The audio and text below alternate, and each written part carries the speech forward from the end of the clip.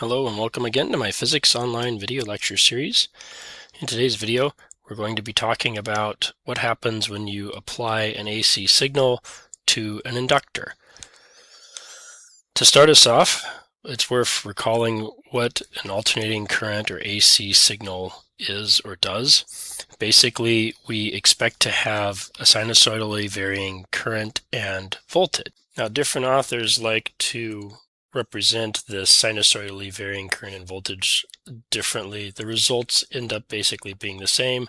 Some will start by saying, oh, this means there's an output voltage of V0 sine omega t. Others will say, no, this means that we should treat the output current as V0 sine omega t. I will, as I have done before, use this as a current output. So basically your current from the source, we will say follows I is equal to some I naught value times sine of omega t. We expect that the voltage output will also be sinusoidal, but there may be phase shifts to it, as we will see momentarily. Thus, we expect that the voltage output will have some basically function of this sort, where this phi naught term represents some phase shift from current. You might further recall that for a resistor, the phase shift was 0, which basically means that our current and our voltage both had the same frequency and they both had the same phase. Thus, if we wanted to plot the voltage and the current for the resistor together, you'd end up with some little plot that looks like this, where they both kind of cross at the same locations and they both have peaks at the same and troughs at the same locations. So now what we want to do is turn to the resistor and inductor, the inductor with AC signal applied to it. So basically you have your AC power supply and then you have your inductor. Again, we are taking the current from this supply to be I naught times the sine of omega t. If we apply Kirchhoff's voltage law, the loop rule, whatever you want to call it, to this system, we basically end up getting that delta V minus the EMF, which is L di by dt, should equal 0. And so delta V in this case should look like L di by dt. Now we have the functional form of the current, and so this derivative is fairly straightforward. Delta V should look like L times, and then the derivative of this guy ends up being omega times I naught times cosine of omega t. Now we want to make use of a certain trig identity. The trig identity that we're using is that the cosine of theta is the same thing as the sine of theta plus 90 degrees or pi over 2 radians worth of phase. Now we should be in radian mode, so plus pi over 2.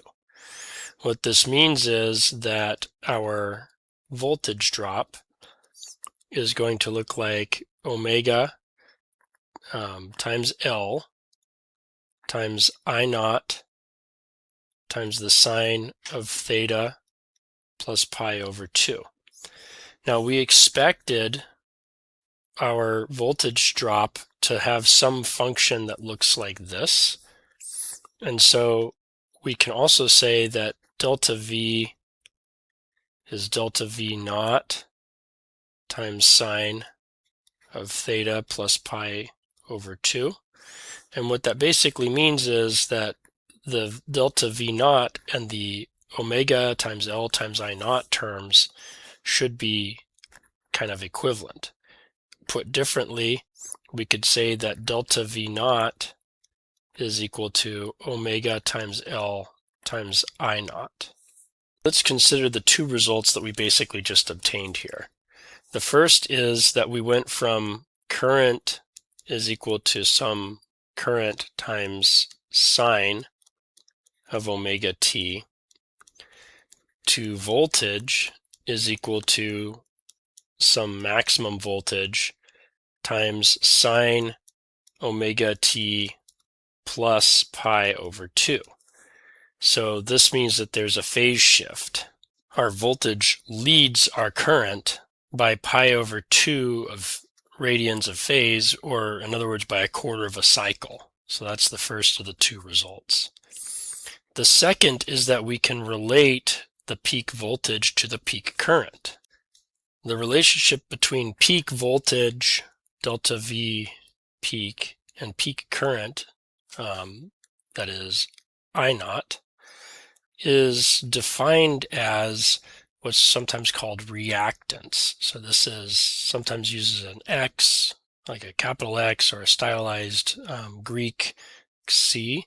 And for an inductor, this reactance is given by the frequency, angular frequency omega, times the inductance L. So again, this C, this thing that looks kind of like an X, is called reactance, and it's the ratio of the peak voltage across to the peak current through a given device, such as an inductor, or for that matter, a resistor or a capacitor. So again, our two kind of key results from this are that for an inductor, the voltage leads the current, or in other words, the current lags the voltage by pi over 2 radians of phase, or by a quarter cycle, and that the reactance, that is the ratio of the peak voltage across to the peak current through the inductor, is given by the angular frequency omega times the inductance L. So we can do maybe a quick example. So to take an example, we want to determine the value of the reactance for an 800 microhenry inductor. That is, L is equal to 8.0 times 10 to the negative 4 henries. When a signal of 1.5 amps at 60 hertz, that is to say, the peak value of the current is 1.5 amps, and the frequency is 60 hertz. Remember that omega is 2 pi times that frequency. If you're given a frequency in hertz, that usually means it's frequency f, not frequency omega. And we also want to know what the value of the peak voltage, that would be delta V naught, is for this device. Okay, so we can begin by figuring out what the reactance is. So the inductive reactance, CL, is equal to omega times L, which is 2 times pi times F times L. Okay, so that's 2 times pi times 60 hertz, or if you prefer, 6.0 times 10 to the plus 1 hertz, times this inductance, which was 8.0 times 10 to the negative 4 henries.